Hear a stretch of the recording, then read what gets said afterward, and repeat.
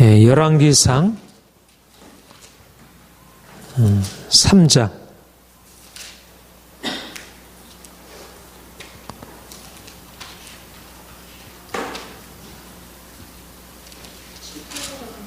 네, 열왕기상 3장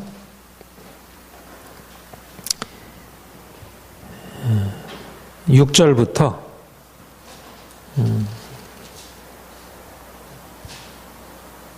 14절까지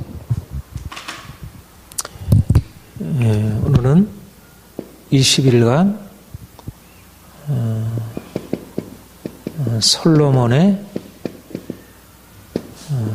왕위 계승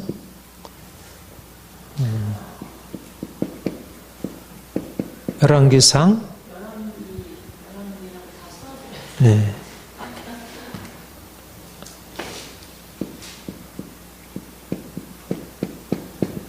열왕기상 3장 6절부터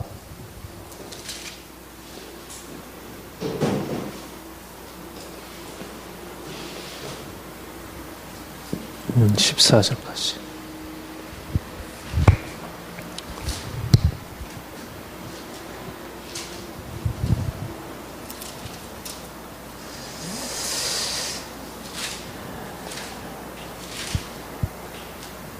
예, 5절부터 15절까지 합시다. 5절부터 15절.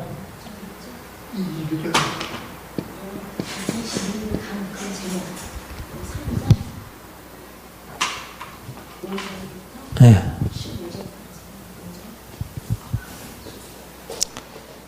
우리 함께 읽겠습니다. 기브온에서 밤에 여호와께서 솔로몬의 꿈에 나타나시니라. 하나님이 이르시되 내가 네게 무엇을 줄꼬 너는 구하라. 솔로몬이 이르되 주의 종 내 아버지 다윗이 성실과 공의와 정직한 마음으로 주와 함께 주 앞에서 행함으로 주께서 그에게 큰 은혜를 베푸셨고 주께서 또 그를 위하여 이 큰 은혜를 항상 주사 오늘과 같이 그의 자리를 앉을 아들을 그에게 주셨나이다.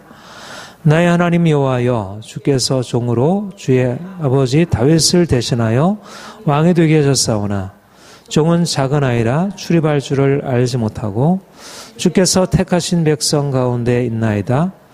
그들은 큰 백성이라 수여가 많아서 셀 수도 없고 기록할 수도 없사오니 누가 주의 이 많은 백성을 재판할 수 있사오리까.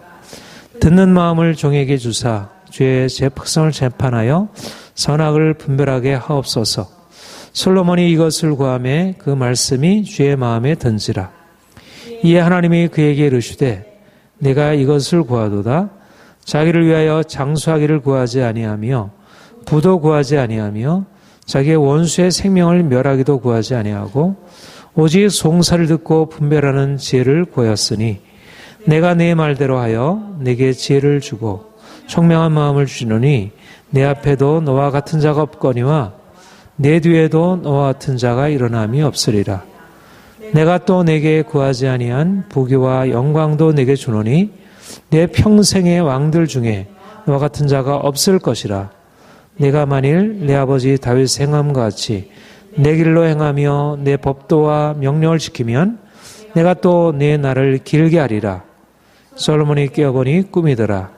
이에 예루살렘에 이르러 여호와의 궤낙 앞에 서서 번제와 감사의 제물을 드리고 모든 신하들을 위하여 잔치하였더라. 우리가 오늘부터 열왕기 상하를 공부하게 되겠습니다.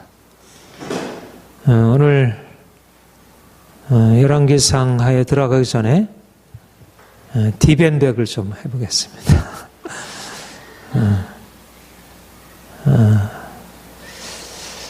우리가 그동안 20강을 했습니다. 20강.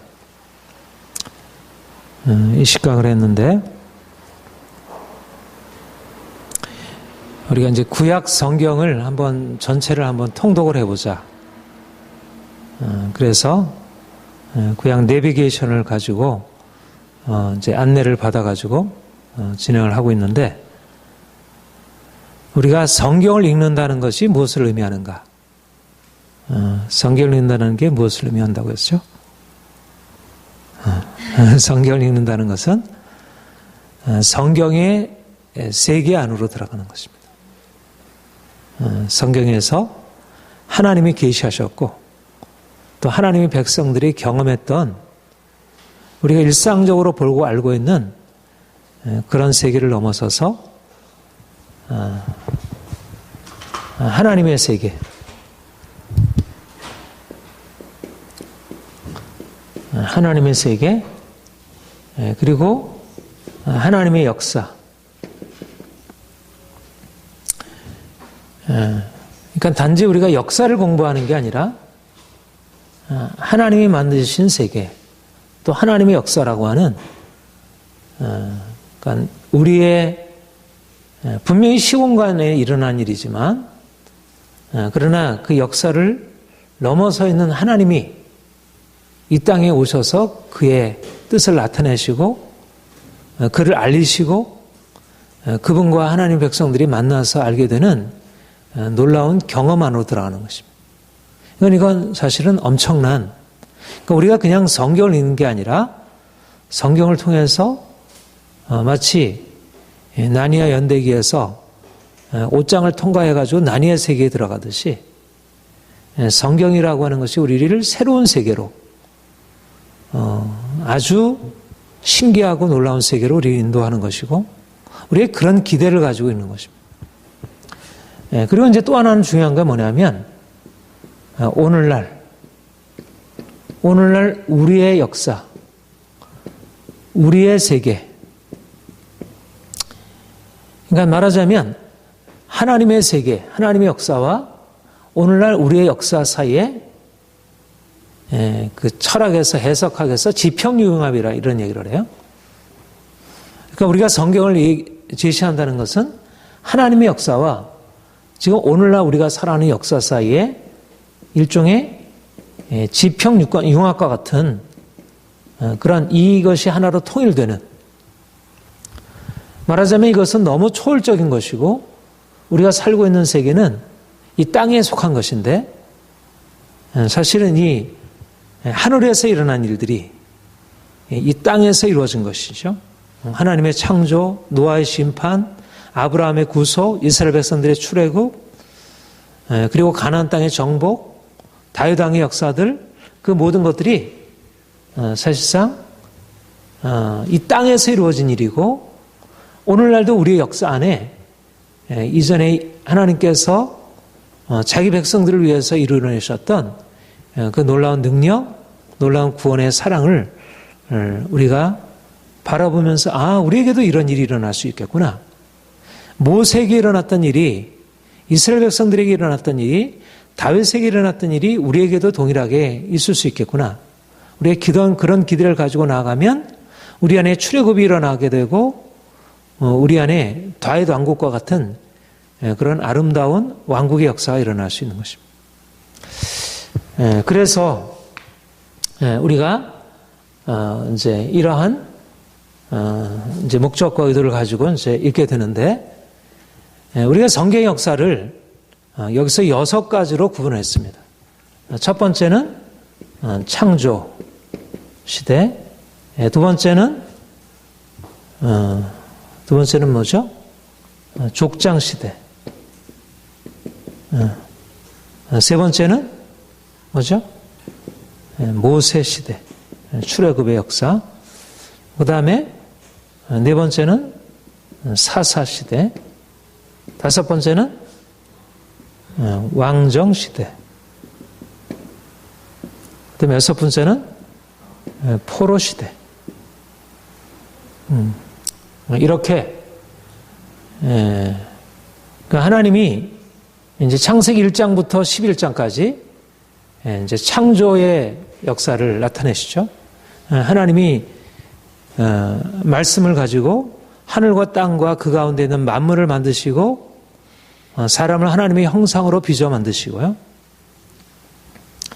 이 하나님의 창조의 역사, 너무나 놀라운 일이고 사실은 우리가 매일매일 만나는 자연과 이 세계를 바라보면서 하나님의 창조라는 이 기적적인 하나님의 능력의 관점에서 이 세상을 보지 못하는 것입니다.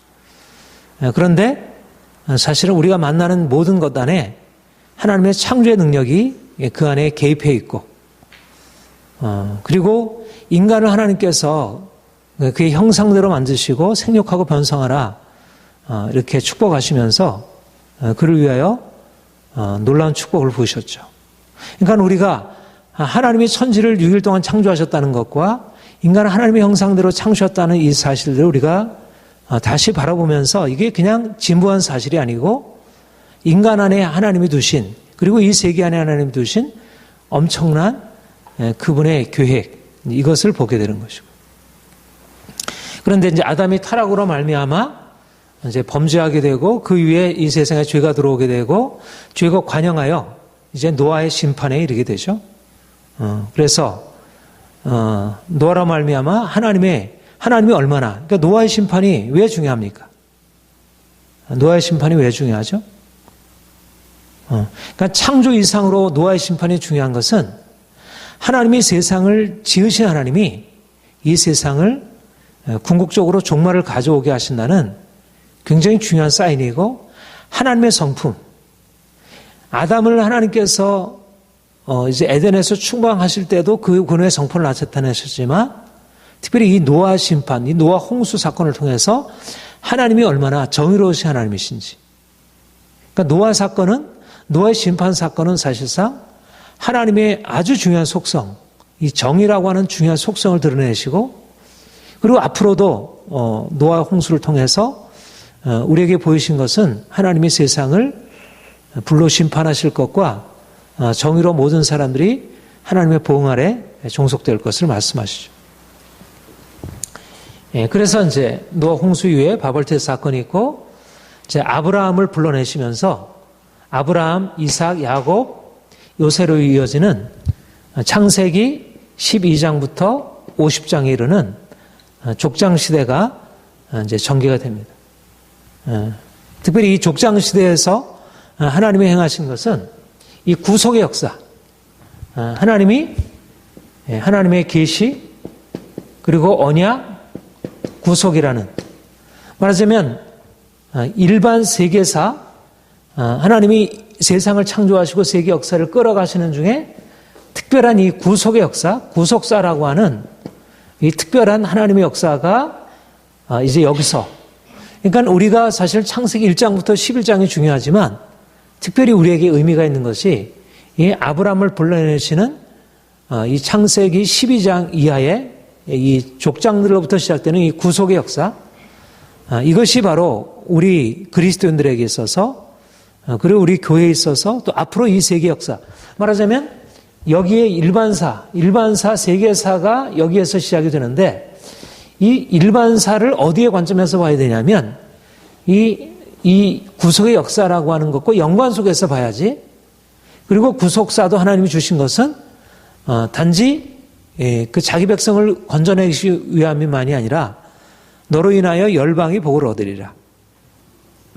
이러면서 이제 하나님이 아브라함을 불러내시고 또 이삭, 야곱, 요셉을 통하여 그들의 족장의 역사를 통해서 우리가 만나게 되는 게 뭐죠?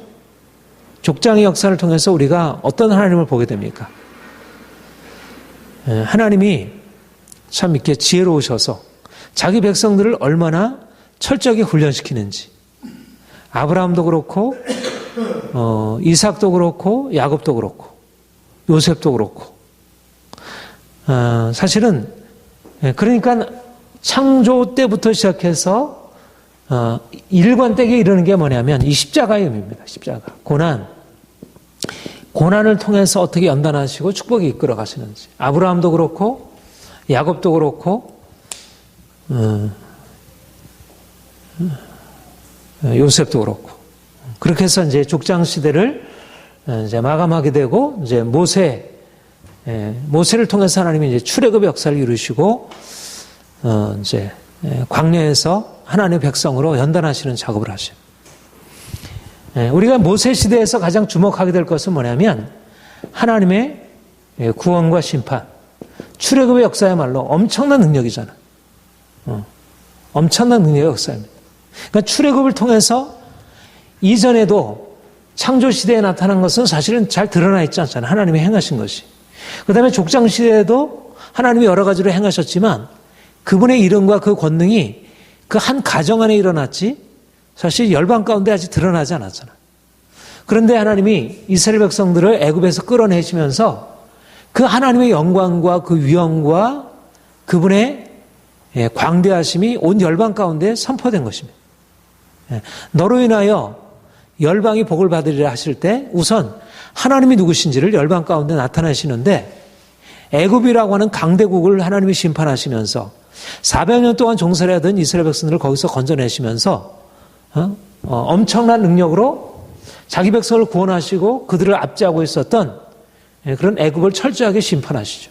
이것이 바로 출애굽의 역사이고 그리고 출애굽의 역사를 통해서 하나님이 나타내시고자 하는 가장 핵심은 뭐냐면 율법, 모세 언약이라고 하는 이 언약의 율법을 통해서 하나님이 그러니까 이거는 외적으로 드러나신 행함이셨다면 이건 사역이었다면 이것은 그분의 행하심이었다면 이것을 통해서 그분의 뜻, 그분의 생각을 알려주시고 그러니까 이게 같이 가는 것입니다.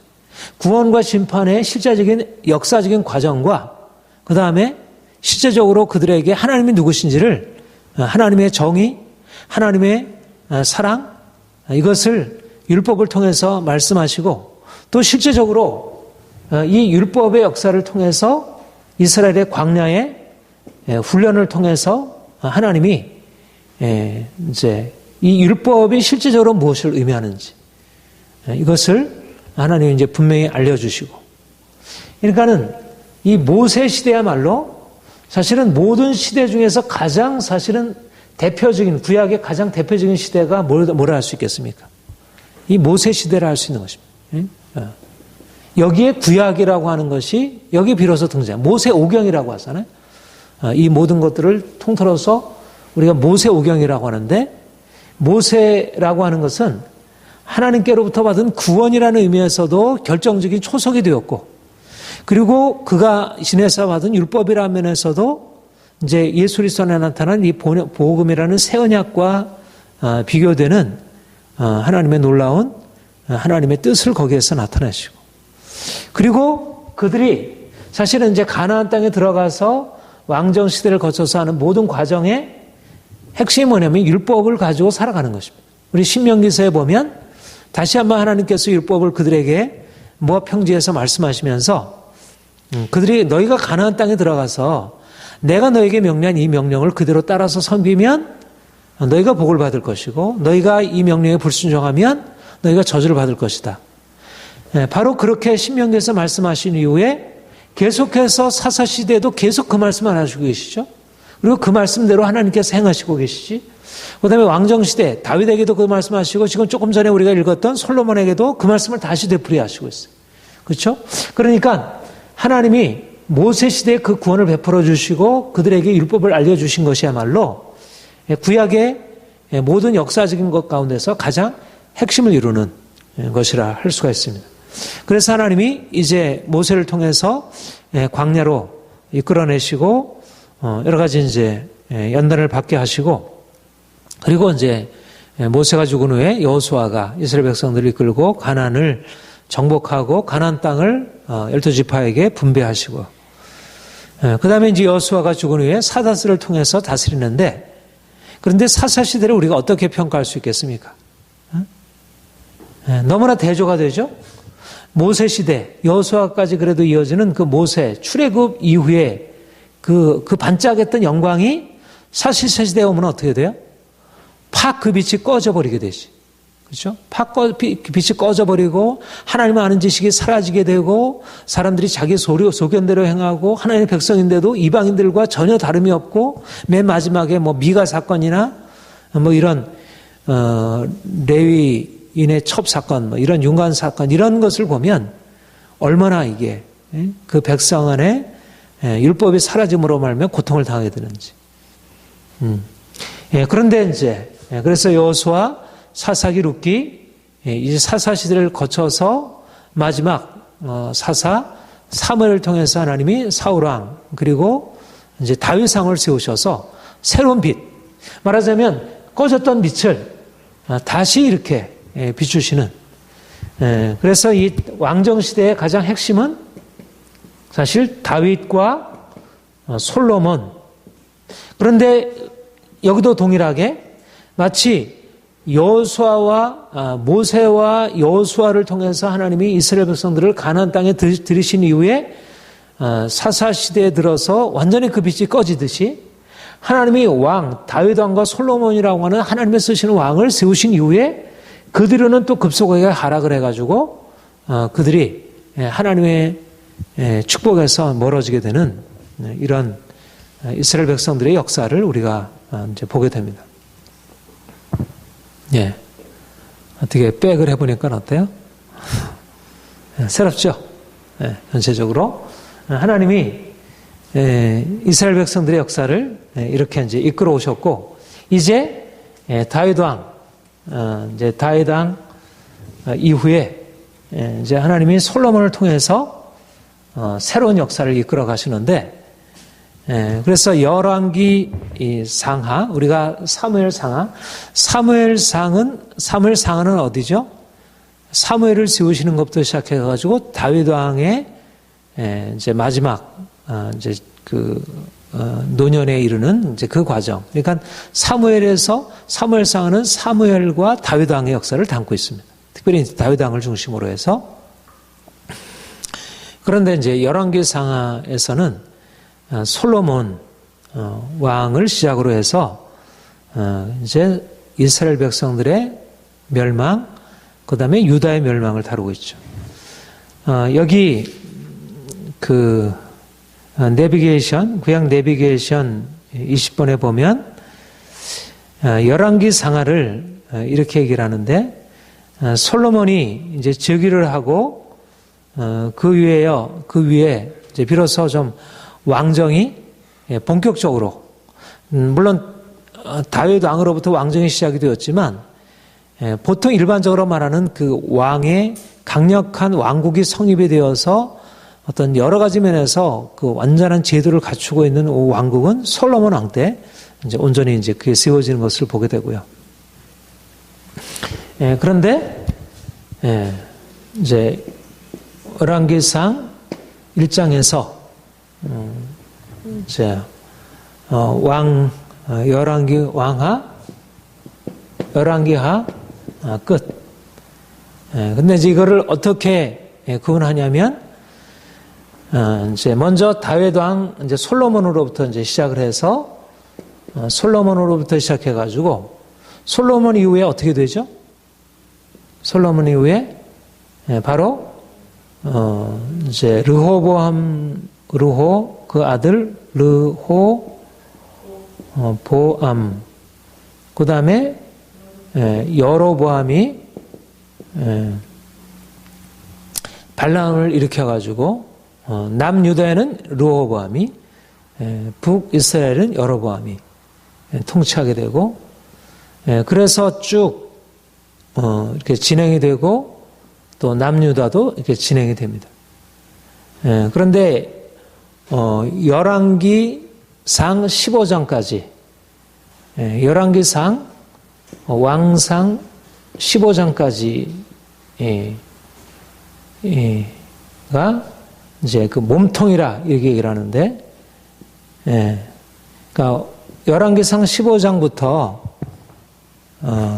열왕기하 15장까지 이 부분이 특별히 아합을 중심으로 해서 북이스라엘의 아합을 중심으로 해서 역사가 기록되고, 왕하 15장, 그 다음에 17장에 이르러서 북이스라엘이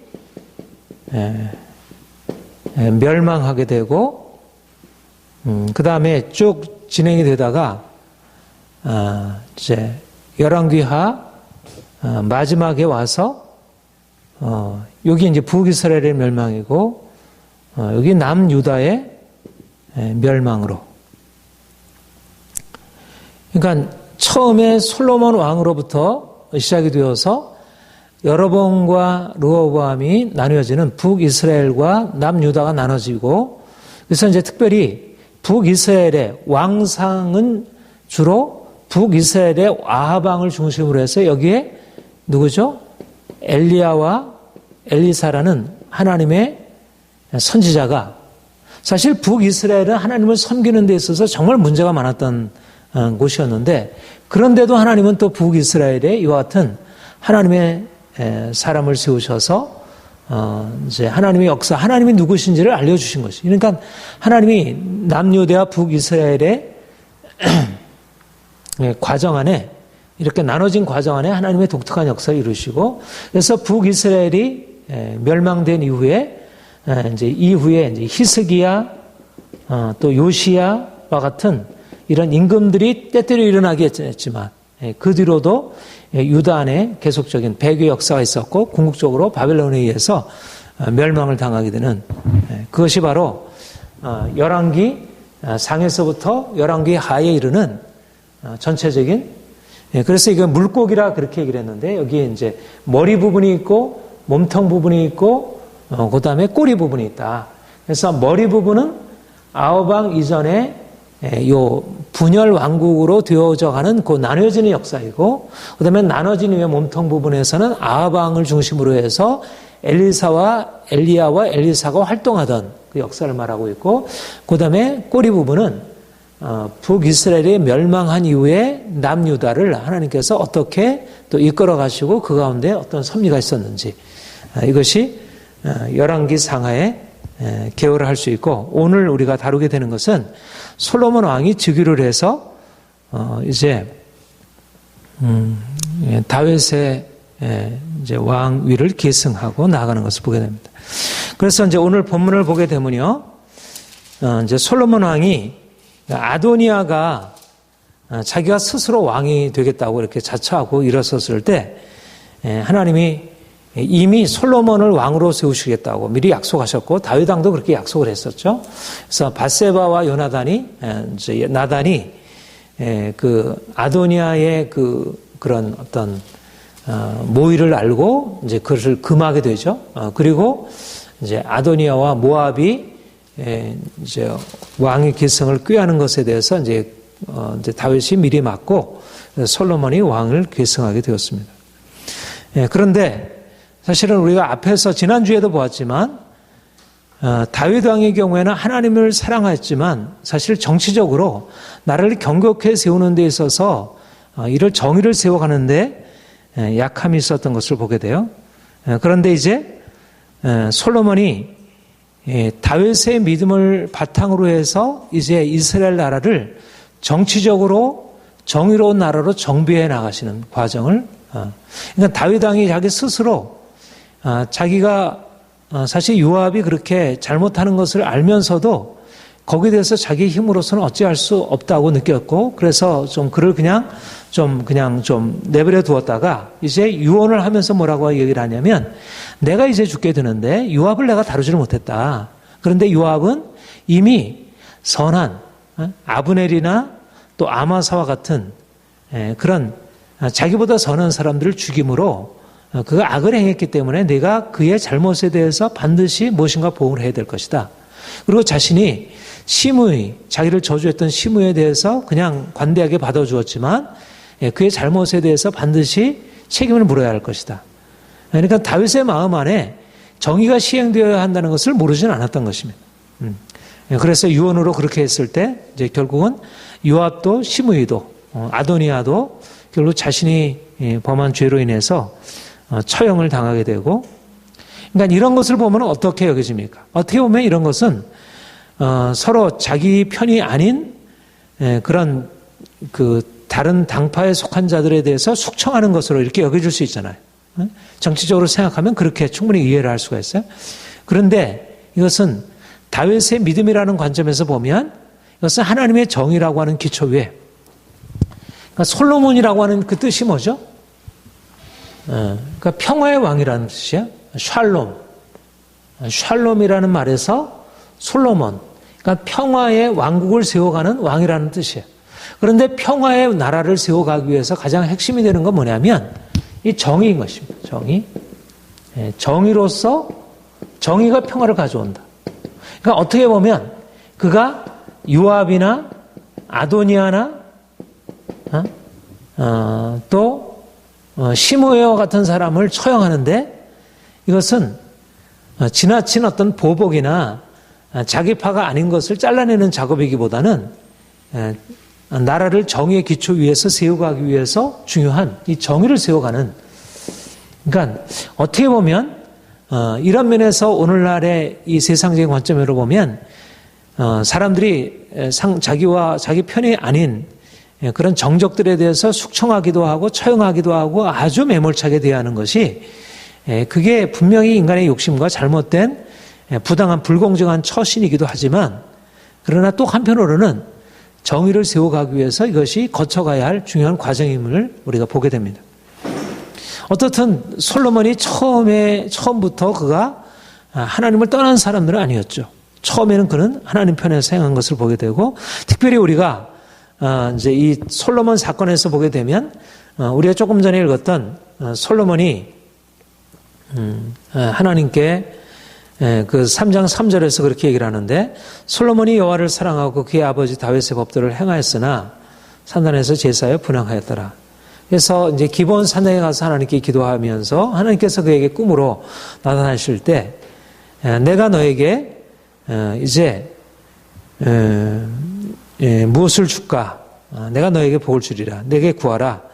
그랬더니 솔로몬이 하나님께 이르기를, 하나님, 나에게 이 귀한 은혜를 베푸셔서 나에게 왕자를 허락하셨는데 나는 작은 아이입니다.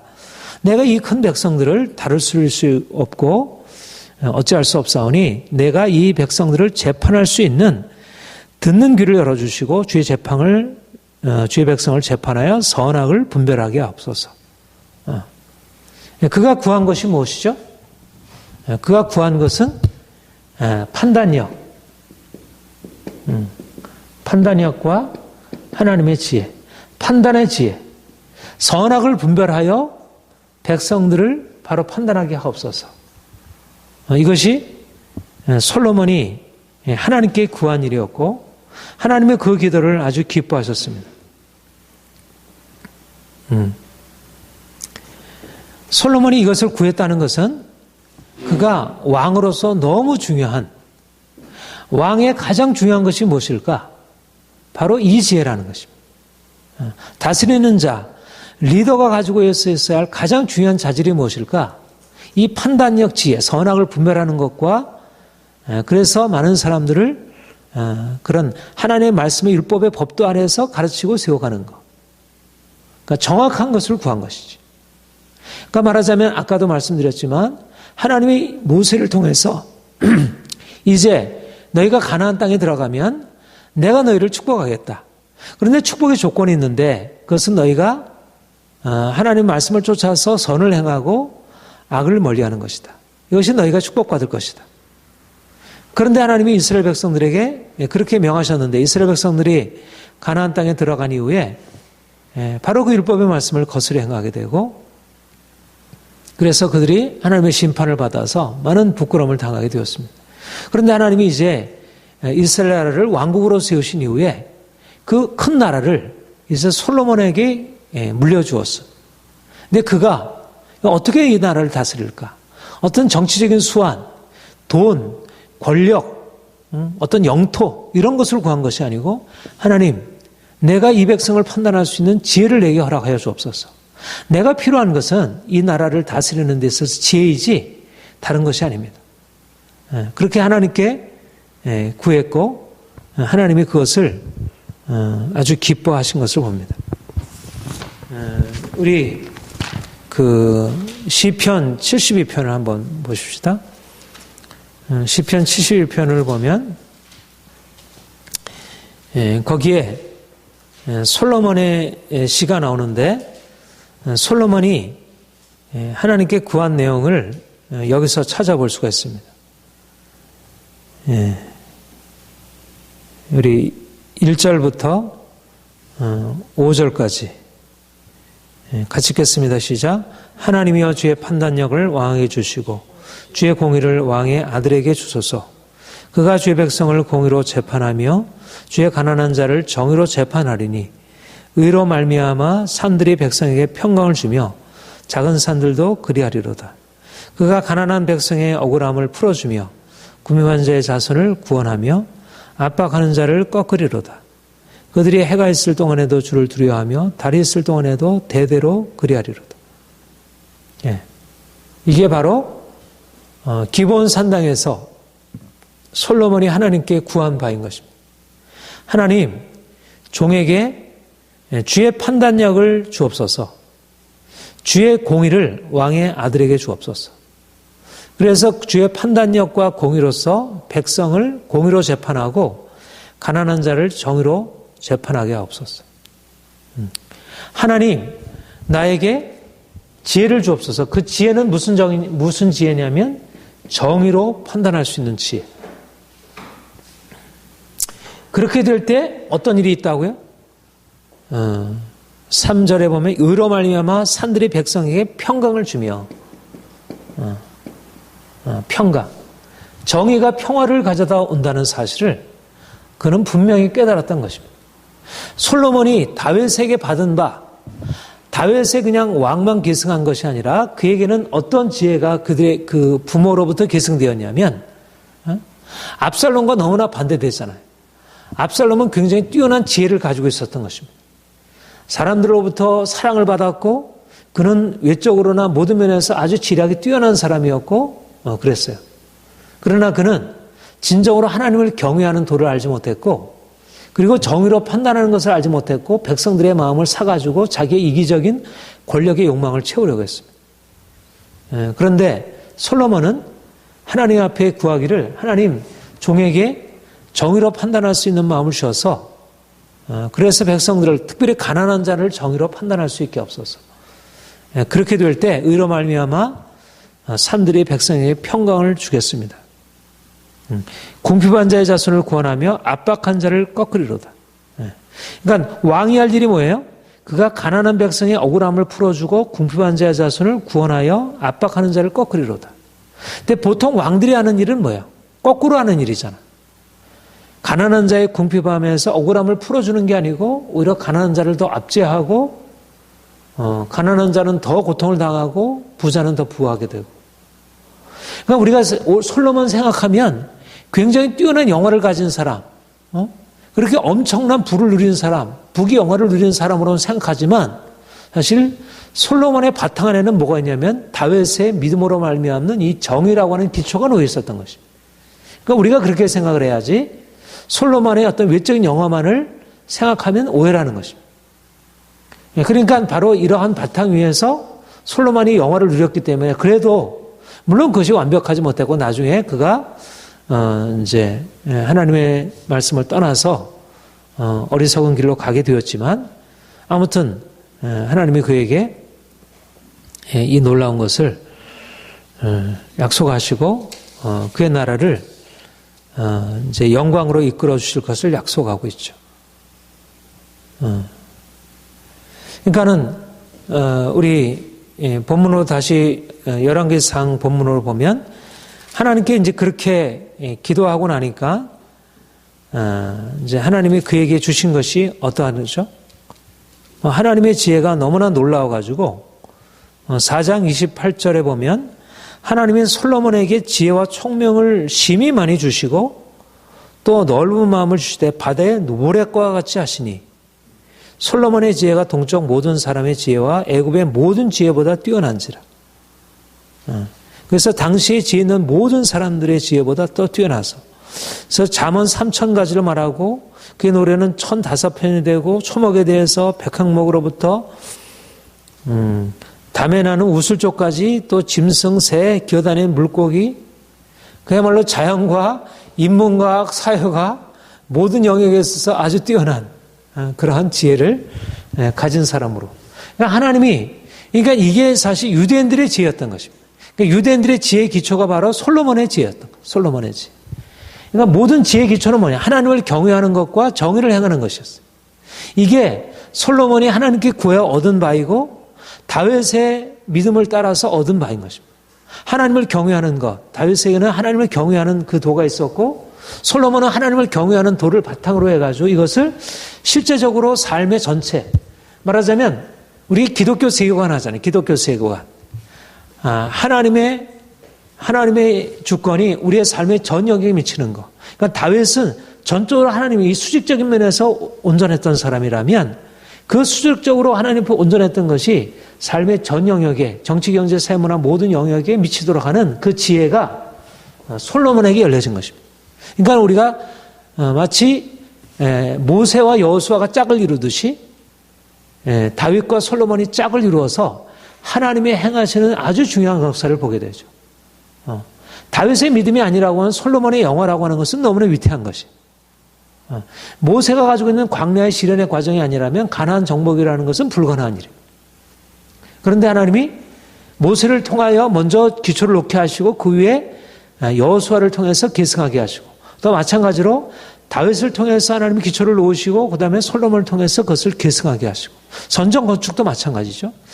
성전은 다윗의 경우에는 그는 피 흘린 용사이기 때문에 성전 건축에 적합하지 않았고 이제 솔로몬 그의 아들 솔로몬을 통해서 이제 성전 건축의 역사를 이루어가는 것을 보게 됩니다. 이것이 바로 하나님이 이제 솔로몬을 향해서 그러니까 다윗만 있지 아니하고 솔로몬을 통해서 하나님이 이루어가시는. 저는 이제 이 솔로몬 하나님이 솔로몬을 통해서 이루시는 역사를 오늘날 특별히 우리 이 시대에 필요하지 않은가 생각을 해요.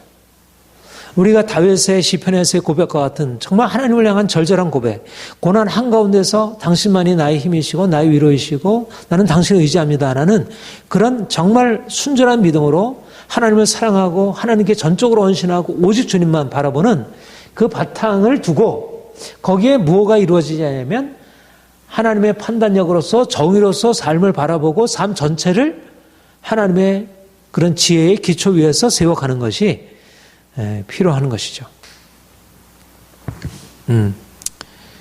솔로몬이 구한 지혜가 바로 정의였고 정의가 지혜라고 하는 것이 놀라운 통찰인 것입니다. 정의가 지혜이다. 오늘날 위즈덤이라는 말은 사실 오늘날의 이 세상 속에서는 거의 사라지는 개념으로 그렇게 이해가 돼요. 그러니까 말하자면 위즈덤이라는 이 지혜라고 하는 말 안에는 이게 굉장히 통전적인 개념이에요. 통전적인, 총체적인 개념을 담고 있어요. 말하자면 이 지혜 안에는 1차적으로 영적인 지혜, 하나님을 경외하는 지혜,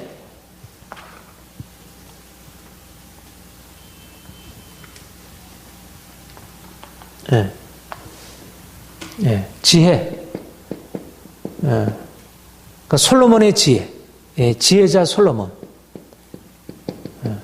그것의 핵심은 정의인데 첫 번째로 하나님을 경외하는 것. 이게 지혜였다는 거죠. 하나님을 아는 것, 하나님을 섬기는 것. 그리고 실질적인 정의, 말하자면 삶, 선악을 분별하고 그 다음에 악을 미워하고 그 다음에 선을 사랑하는 것.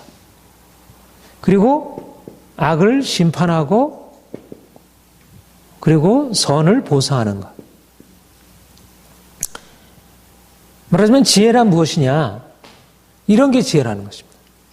하나님을 경외하는 이 영적인 기초, 이 영적인 기초가 바탕이 되어야 하고 그리고 단지 영적인 기초로서만 하나님과의 관계만이 아니라 실질적인 삶에서 선악을 분별하는 지혜 그리고 악을 미워하고 선을 택하는 것 그 다음에 악을 심판하고 선을 보상할 수 있는 것 바로 이것이 바로 사회, 평화로운 사회의 기초 평화사회의 기초 오늘날도 이 세상이 바로 하나님을 경외하는 이 바탕 위에 실질적으로 사람들이 이게 도덕이잖아요. 도덕성. 도덕과 윤리라고 하는 것이 세워지고 또 실질적으로 정의의 법적인 질서가 세워지는 것입니다. 예. 그럴 때 여기에서 평화가 도래하는 거예요. 그러니까 솔로몬의 왕국이 가지고 있었던 평화의 기초는 바로 이거다. 그러니까 예루살렘이 누렸던 평화라고 하는 게 뭐냐? 바로 선악의 분별, 이 도덕과 윤리, 그 다음에 법적인 질서, 그것이 예루살렘의 평화의 기초였어요. 하나님이 다윗을 통해서 솔로몬을 통해서 바로 이러한 새로운 기초를 놓으셨고, 이게 바로 어디에서 기록되냐면 이것이 잠언에서 나타나고 있다는 거죠. 예. 그러니까 잠언이라고 하는 것은 시편에서 가지고 있는 하나님을 향한 열정. 시편, 특별히 이제 시편은 이 부분을 강조하고 있죠. 시편은 하나님을 사랑하고 하나님만 바라보고 하나님만 신뢰하는 거. 사람들이 뭐 나를 핍박해도 거기서는 사람들에 대한 정의를 시행하는 것 그렇게 얘기하지 않잖아요. 하나님이 그들을 판단하실 것을 바라보고 자기는 참고 견딜 뿐이지. 그런 다윗의 오직 하나님의 정의에 호소하고 하나님만을 바라보는 그 믿음이 그것이 기초가 되어서 솔로몬 왕국, 이 잠언에서 얘기되어지는 왕국이 실질적인 정의 기초. 오늘날 이 땅에 필요한 것이 바로 이런 잠언에서 말하는 실질적인 지혜, 그것이 필요하고. 그래서 오늘날 불의한 것이 심판을 받고, 이제, 선한 것이 보응을 받는. 우리 잠언 조금만 바로 봅시다. 잠언 3장, 보게 되면, 지혜란 무엇일까? 11절, 12절. 같이 읽겠습니다. 시작. 내 아들아 여호와의 징계를 경외하지 말라. 그 꾸지람을 싫어하지 말라. 대제 여호와께서 그 사랑하시는 자를 징계하시기를 마치 아비가 그 기뻐하는 아들을 징계한 같이 하느니라. 이게 바로 하나님의 지혜의 핵심인 것입니다. 하나님이 징계하신 하나님이시라는 거. 그가 심판자 하나님이시라는 거. 이거는 아담에게 하나님께서 심판하신 거. 또 그 이후에 노아 홍수를 통해서 행하신 거. 또 족장들에게 하나님이 행하신 거. 또 이스라엘 백성들의 출애굽의 과정에서 행하신 거. 그걸 통해서 공통적으로 나타나는 게 뭐냐면 하나님은 누구시냐? 하나님을 경외하는 거. 왜냐하면 그는 정의로우신 심판자이시기 때문에. 오늘날 많은 사람들이 하나님의 사랑을 이 징계 없는 사랑, 이 훈육이 없는 사랑으로 잘못 생각하므로 그래서 정의를 잃어버리게 되고 그래서 하나님의 심판 아래 놓이게 되는 것을 보게 돼요. 4장 23절 같이 볼까요? 4장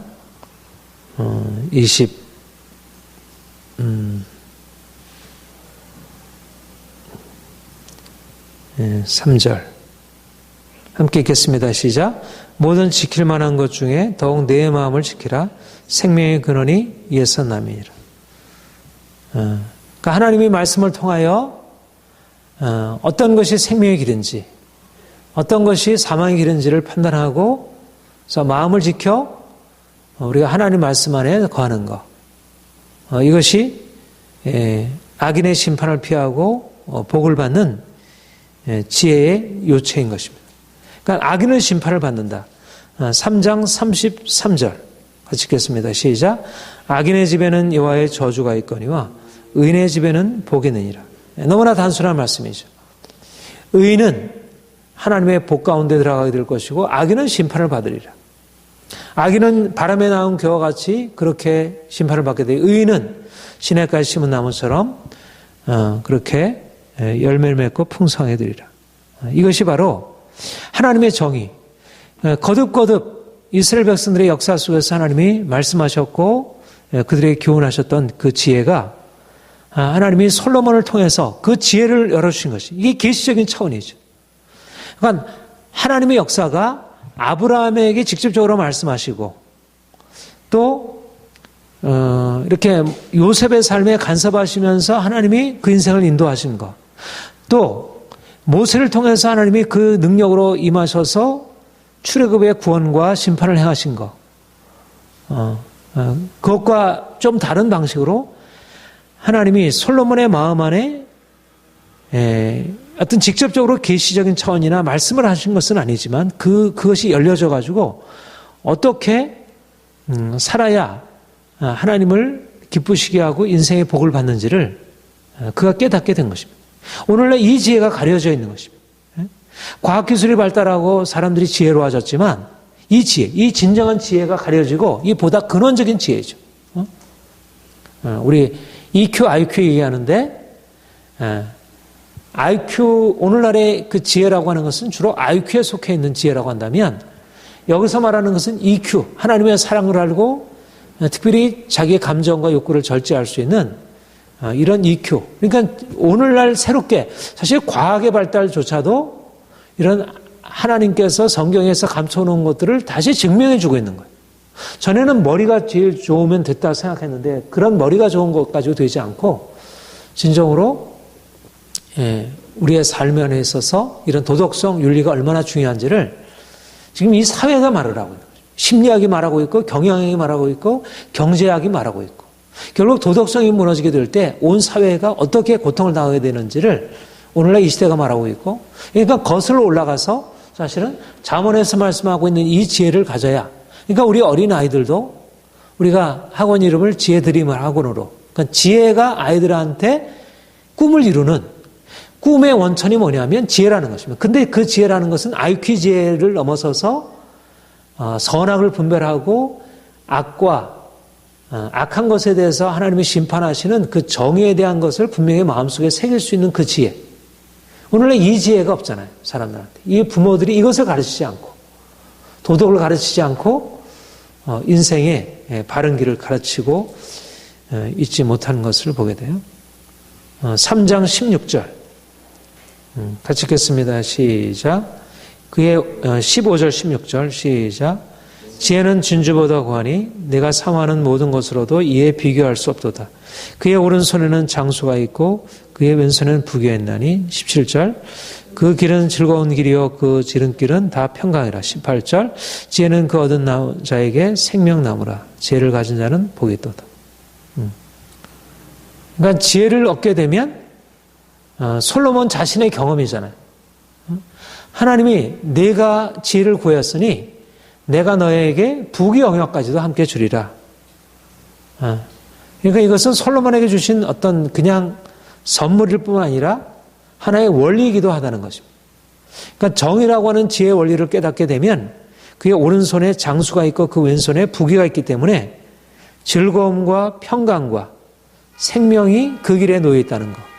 이것이 잠언에서 거듭거듭 말씀하는 것이고 그래서 사실은 이것은 단지 내적인 것, 어떤 우리의 인성적인 것만 아니라 우리가 보통 말하는 성공과 행복에 이르는 길이기도 하다는 거예요. 부귀영화.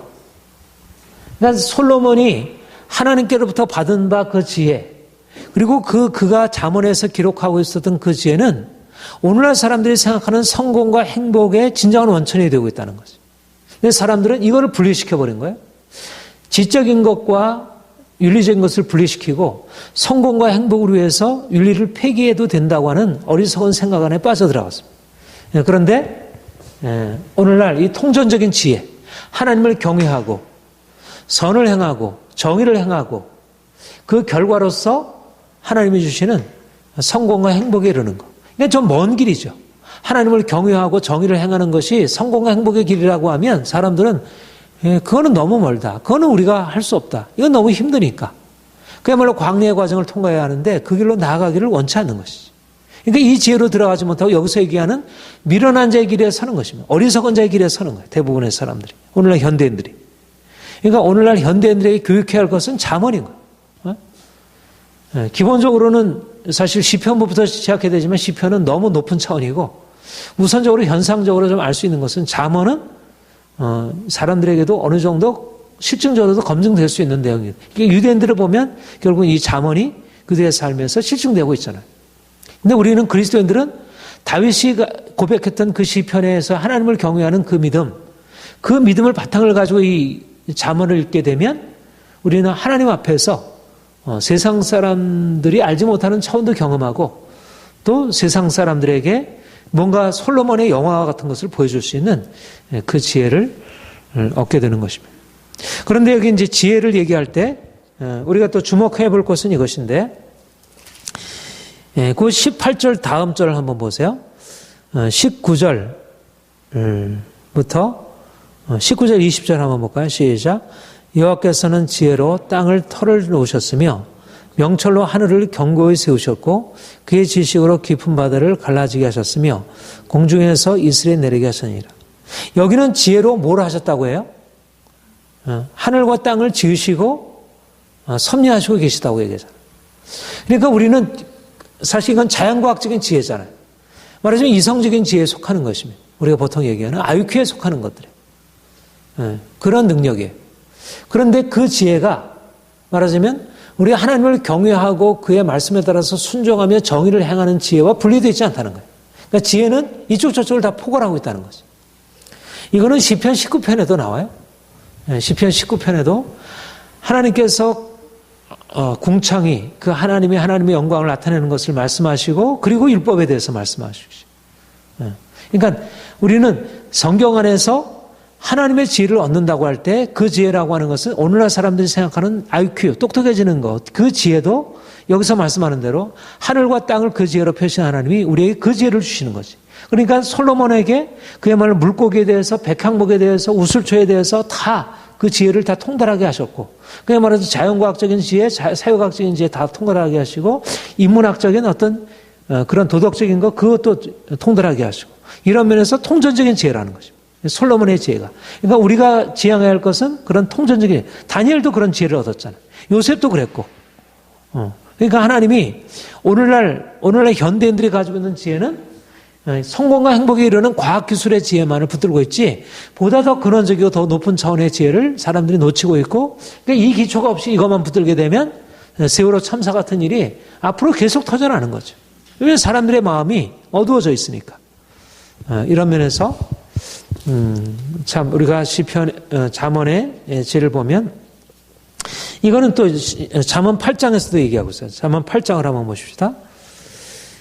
그래서 잠언 8장 앞부분에 대해서 그 지혜가 부르지 아니하냐 명철의 소리를 높이지 아니하냐 그러면서 지혜로운 자들을 악에서 떠나서 13절 여호와를 경외하는 것은 악을 미워하는 것이라 나는 교만과 거만과 악한 행실과 패역한 입을 미워하느니라. 내게는 기력과 참 지식이 있으며 나는 명철이라 내게는 능력이 있으므로 나로 말미암아 왕들이 치리하며 백성들이 공의를 세우며 나로 말미암아 재상과 존귀한들이 모든 지혜로운 재판관들이 다스리느니라. 그리고 부귀가 18절 부귀가 내게 있고 장구한 재물들도 공의도 그러하다. 그러니까 지혜라고 하는 것이 하나님의 지혜라고 하는 것이 우리를 악에서 멀어지게 하고 또 백성들을 통치할 수 있는 그런 통치적인 능력을 주시고 그런데 22절에 뭐라고 얘기를 해요? 22절부터 31절까지 우리 같이 한번 읽어보겠습니다. 시작. 여호와께서 그 조화의 시작 곧 태초에 일하시기 전에 나를 가지셨으며 만세 전부터 태초부터 땅이 생기기 전부터 내가 세움을 받았나니 아직 바다가 생기지 아니하였고 8장 24절 큰 샘들이 있기 전에 내가 이미 났으며 산이 세워지기 전에 언덕이 생기기 전에 내가 이미 났으니 하나님이 아직 땅도 들도 세상 진토의 근원도 짓지 아니했을 때라. 그가 하늘을 지으시며 궁창을 해면에 두르실 때 내가 거기 있었고 그가 위로 구름 하늘을 견고하게 하시며 바다의 샘들을 힘있게 하시며 바다의 한계를 정하여 물을 명하여 거스리지 못하게 하시며 또 땅의 기초를 정하실 때 내가 그의 곁에 서서 창조자가 되어 날마다 그의 기뻐하시는 바가 되었으며 항상 그 앞에서 즐거워하였으며 사람이 거처할 땅에서 즐거워하며 인자들을 기뻐하느니라. 누구를 말하고 있죠? 예수님의 오심을 지혜를 말하고 있으면서 예수님을 간접적으로 말씀하고 있습니다. 그러니까 궁극적으로 그러니까 하나님이 예수 그리스도께서 이 땅에 오시기 전에 하나님 말씀으로서 온 세계를 창조하신 그 지혜가 그러니까 예수님은 모든 지혜 중에 가장 으뜸되는 지혜로서 세상을 그 지혜로 창조하셨어요. 그리고 그 지혜이신 주님이 우리에게 오셔서 이제 그 지혜를 열어주시는 거죠. 그래서 그분 안에서 우리가 진정한 지혜를 얻게 되고 우리가 인생을 살아가는 것 또 이 세상을 부유하게 종기를 누리며 살아가는 모든 것을 여기서 경험할 수 있다는 것. 그리고 이제 9장부터 15장 이르기까지 실제적인 이제 삶의 구체적인 변화 분노하지 않는 것, 성실한 것, 교만하지 않는 것, 정직한 것, 성적으로 순결한 것, 겸손한 것, 사랑과 긍휼을 베푸는 것, 구제하는 것, 훈계를 기꺼이 따르는 것 등등 우리의 삶에 우리가 어떻게 살아야 우리가 복을 누리고 살아가는지 많은 사람들이 구체적인 지침이 필요한 것이에요. 구체적으로 이렇게 살아라. 분노하지 말아라. 그 다음에 과하게 욕심을 부리지 말아라. 가난한 자들을 긍휼히 여겨라. 재판을 어떻게 해라. 말을 조심해라. 들을 줄 알아라. 그리고 열심히 일을 해라. 게으르지 말아라. 구체적으로 우리의 삶에 실제적인 삶에. 그러니까 지혜라고 하는 것이 얼마나 높은 차원이에요. 영적으로도 그러하고 또 실제적으로 나라를 다스리는 것도 그러고 우리의 매일 일상적인 개인적인 구체적인 삶에서 아주 일상적인 삶, 거짓말하지 말 것과 분노하지 말 것과 삶을 절제할 것과 재물을 어떻게 관리할 것, 그 모든 것이 삶의 지혜예요. 이것을 이제 탈무드에서 이제 유대인들은 이것을 탈무드로 이걸 표현했죠. 이걸 더 구체적으로 실제적인 삶에서. 그러니까 그리스도인들이 단지 우리가 하나님을 믿는 것을 단지 영적인 차원에서만이 아니라 구체적인 삶의 전체에서 우리가 공부하는 거, 우리가 사람들과 관계하는 거, 우리가 직업 생활하는 거, 모든 것 영역 속에서 이제 이런 하나님의 지혜를 받아 행하게 될 때 우리가 우리 자신의 축복을 누리고 많은 사람들을 이 축복으로 인도할 수 있을 것입니다. 우리의 내적인 변화, 우리가 하나님을 사랑하는 그런 내적인 변화가 우리의 어떤 인격적인 변화를 가져오고 그리고 이것을 통해서 우리가 많은 사람들의 관계 안에서 보다 정의롭게 행하고 그리고 이제 실제적으로 자연과의 관계에 있어서도 이 세상 모든 삶의 영역에 있어서 우리가 지혜롭게 행할 수 있도록 이런 솔로몬의 지혜가 우리에게 주어지도록 우리가 하나님의 은혜를 우리가 기대하고 나아가기를 원합니다. 기도하겠습니다. 하나님 아버지, 솔로몬이 다윗을 계승하여 왕위에 오르고 하나님이 그를 축복하셔서 이제 그를 지혜로운 통치자로 세우신 것을 봅니다. 그가 하나님 앞에 구하기를 하나님, 내가 어린아이입니다. 내가 이 수많은 백성들을 다스릴 만한 그런 지혜가 없사오니 귀를 열어주시고 지혜의 마음을 얻어서 선악을 분별하며 백성들을 정의로 재판할 수 있게 하옵소서. 하나님 앞에 그가 간구했을 때 하나님이 그의 기도를 들어주시고 그에게 정의로 재판할 수 있는 지혜와 또 모든 세상을 이해할 수 있는 모든 지혜와 지식의 모든 것을 그에게 열어주시고 그로 말미암아 그가 전무후무한 지혜로운 왕, 영화를 누리는 왕으로 설 수 있게 되었습니다. 하나님, 주께서 우리에게 주시는 지혜를 얻기를 원합니다. 그래서 정말 이 땅에 사는 동안 우리 하나님을 경외함으로 우리가 어떻게 살아가는 것이 하나님의 뜻에 합당하게 살아가는 것이 어떻게 살아가는 것이 부귀 영화를 누리고 살아가는 줄을 깨닫고 실제적으로 우리가 순종하여 하나님 주시는 복을 온전히 누리게 하여 주옵소서. 하나님, 우리 샬롬 누리 영광교회에 있는 모든 성도들 솔로몬에게 허락하셨던 하나님의 지혜를 사모하게 하시며 더욱더 간절히 찾게 하시며 그 지혜를 가지고 매일매일의 삶에서 주 앞에 성실하고 의롭고 정결하고 정직하게 살아갈 수 있게 하옵소서. 하나님께서 우리에게 주신 은혜 감사드립니다. 예수님의 이름으로 기도합니다. 아멘.